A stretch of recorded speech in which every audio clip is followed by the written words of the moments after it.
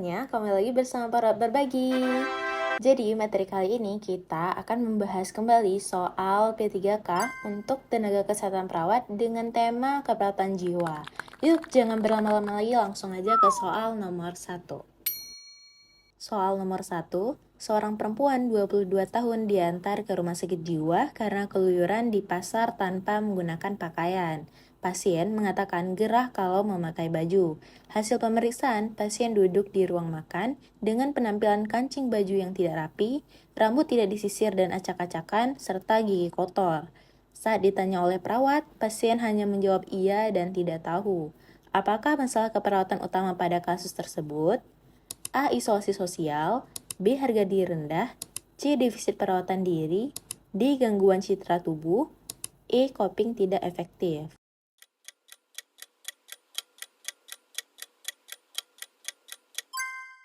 Ya, jawaban yang tepat adalah yang C, defisit perawatan diri. Di mana pada soal itu ditanyakan masalah keperawatan utama pada kasus tersebut itu seperti apa.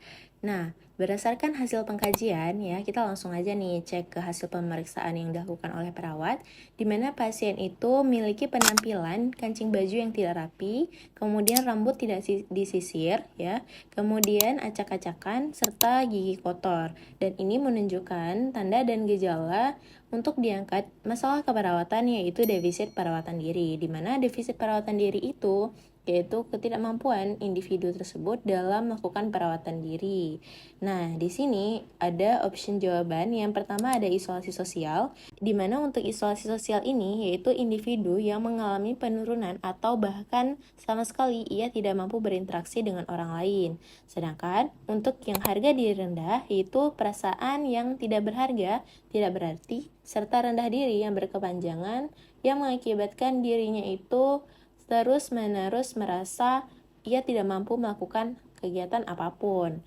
Nah, kemudian untuk yang gangguan citra tubuh adalah perasaan tidak puas seseorang terhadap tubuhnya yang diakibatkan oleh perubahan struktur, ukuran, bentuk, serta fungsi tubuh karena tidak sesuai dengan yang diinginkan. Serta yang terakhir adalah coping tidak efektif, di mana ketidakmampuan individu dalam mengatasi masalah yang ia hadapi. Jadi, jawaban yang tepat untuk soal ini adalah yang C. Soal nomor 2, seorang laki-laki 25 tahun diantar ke rumah sakit jiwa dengan keluhan tidak mau keluar kamar sejak 2 minggu yang lalu. Pasien mengatakan malu bila bertemu orang lain dan lebih senang tiduran di dalam kamarnya. Hasil pemeriksaan, pasien memiliki riwayat saat umur 9 tahun diejek oleh teman dan dimarahi orang tuanya karena tidak naik kelas saat di SMP.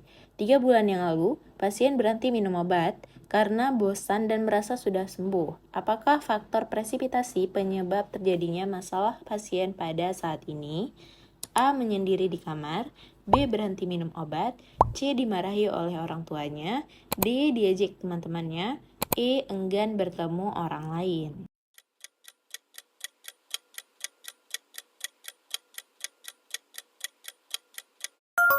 Ya, jawaban yang tepat adalah yang B, berhenti minum obat. Di mana untuk faktor terjadinya suatu masalah kejiwaan, ya, atau faktor terjadinya gangguan jiwa pada seseorang, itu terjadi oleh dua faktor.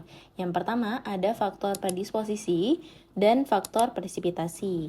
Nah, untuk faktor predisposisi adalah suatu faktor penyebab terjadinya gangguan jiwa yang terjadi saat ia mulai lahir sampai 6 bulan sebelum sakit. Nah, pada kasus ya, ia menunjukkan bahwa sejak SMP pasien tidak naik kelas, sering dibully oleh temannya dan dimarahi oleh orang tuanya merupakan faktor predisposisi. Sedangkan yang ditanyakan untuk di soal yaitu faktor presipitasinya itu seperti apa? Nah, faktor presipitasi yaitu faktor penyebab terjadinya gangguan jiwa yang terjadi 6 bulan sebelum sakit sampai pasien itu sakit. Nah, di sini presipitasi pasien itu bisa terjadi lebih dari satu kali. Nah, pada kasus, ia menunjukkan bahwa 3 bulan yang lalu, pasien berhenti minum obat karena malas minum obat dan merasa sudah sembuh. Artinya, presipitasi itu munculnya masalah terakhir. Jadi, masalah yang terdekat pada kasus tersebut adalah 3 bulan yang lalu. Jadi, jawaban yang tepat adalah yang B, berhenti minum obat. Soal nomor 3, seorang laki-laki 45 tahun dirawat di rumah sakit jiwa karena berteriak-teriak di dalam kamar sejak 1 bulan yang lalu. Pasien mengatakan sering mendapat bisikan yang menyuruhnya untuk bunuh diri. Bisikan muncul pada saat pasien sendiri. Hasil pemeriksaan, pasien sering menyendiri, ekspresi wajah kesal, menolak kontak mata, kadang-kadang marah tanpa sebab. Apakah masalah keperawatan prioritas pada kasus tersebut? A. Coping individu tidak efektif. B. Risiko perilaku kekerasan. C. Halusinasi pendengaran. D. Harga diri rendah. E. Isolasi sosial.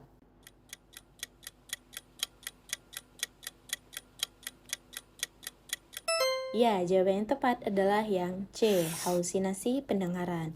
Di mana halusinasi itu merupakan adanya perubahan sensori persepsi atau pasien itu merasakan sensasi palsu yang dapat berupa suara, penglihatan, pengecapan, perabaan, atau penghidungan di mana stimulus itu sebenarnya tidak ada.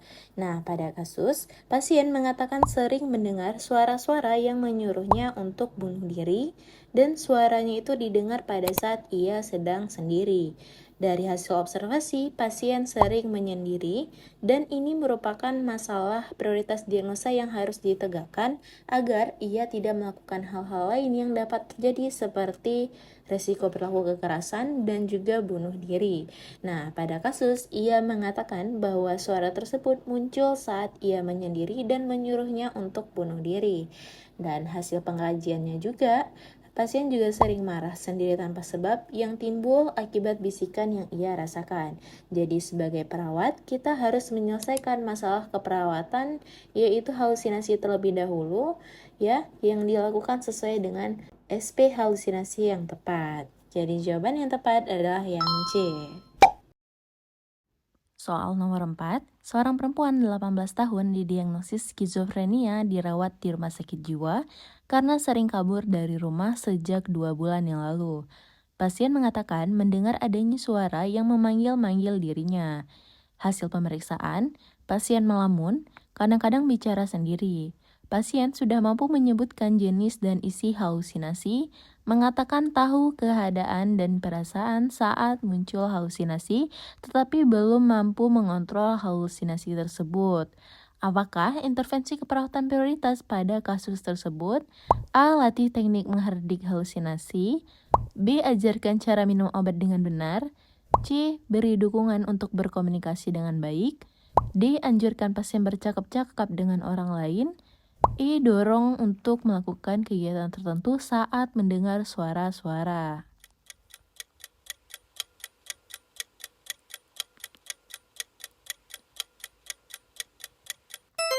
Ya, jawaban yang tepat adalah yang A, latih teknik menghardik halusinasi. Di mana dalam SP halusinasi, yaitu yang pertama mengetahui tentang jenis dan isi halusinasi, kemudian mengetahui keadaan dan perasaan saat muncul halusinasi, dan mampu menghardik halusinasi. Nah, untuk SP kedua, pasien mengetahui tentang minum obat dengan benar sesuai dengan prinsip 5 benar. Kemudian SP ketiga yaitu menganjurkan pasien untuk bercakap-cakap dengan orang lain. Dan yang keempat yaitu melakukan aktivitas terjadwal saat pasien mendengar suara-suara bisikan. Jadi, jawaban yang tepat untuk pasien tersebut adalah yang A. Soal nomor 5. Seorang perempuan 45 tahun dibawa ke rumah sakit jiwa karena memukul ibunya sejak 1 bulan yang lalu. Pasien mengatakan dirinya melihat bayangan yang mengajak dirinya berbicara. Hasil pemeriksaan, pasien tampak menolak bertemu dengan orang lain, pakaian terlihat kotor, dan menghindari kontak mata. Apakah evaluasi kemampuan utama pada kasus tersebut? A. Berinteraksi. B. Mengontrol marah. C. Meningkatkan harga diri. D. Mengendalikan halusinasi. E. Melakukan kebersihan diri.